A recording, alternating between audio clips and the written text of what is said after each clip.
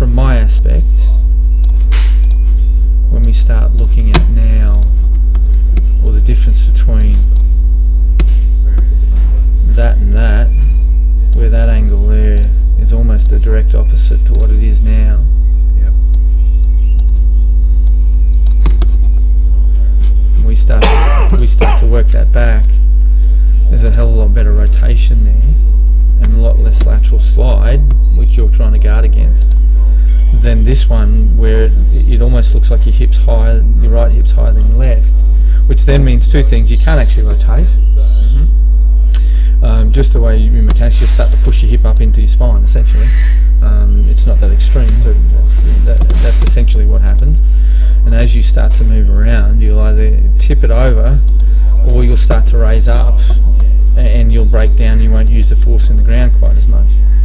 Okay. Yeah, we can see a big difference there. That's correct. And that one. That's correct. Yeah. Massively different. Yeah. So that's how I'm rotating. I'm caving at that. That's right. knee. You're faking it essentially. So then your hip drops, and then your arms go up, and then you've then got to try and reroute it and rematch it up from there.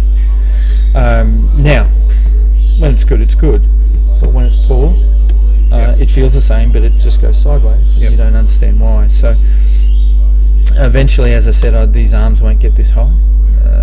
The right run will feel lower than your left, essentially, and your arms will only probably end up getting to, whoops, on the right hand screen, they'll only probably get to there, and this will feel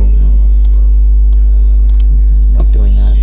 Okay, that's down the track. I want the body shape first. The body shape is always number one, and then of course we can move forward and keep moving forward without losing balance, and get you to keep rotating a little bit better onto that left side. And that's why this foot tended to come off the ground. So if you watch that right foot quite carefully, Yep. because you're pretty locked there, and you're not using the ground as well as what you should do. And that's where you sort of fake it to try and get it around there. Okay. Funny what the body does. Oh, it's amazing. It's an awesome thing, both good and bad.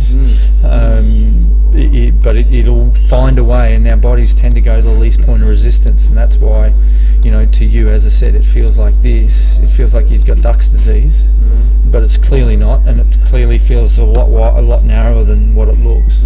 And we've just given you the ability to rotate a little bit more effectively. Okay.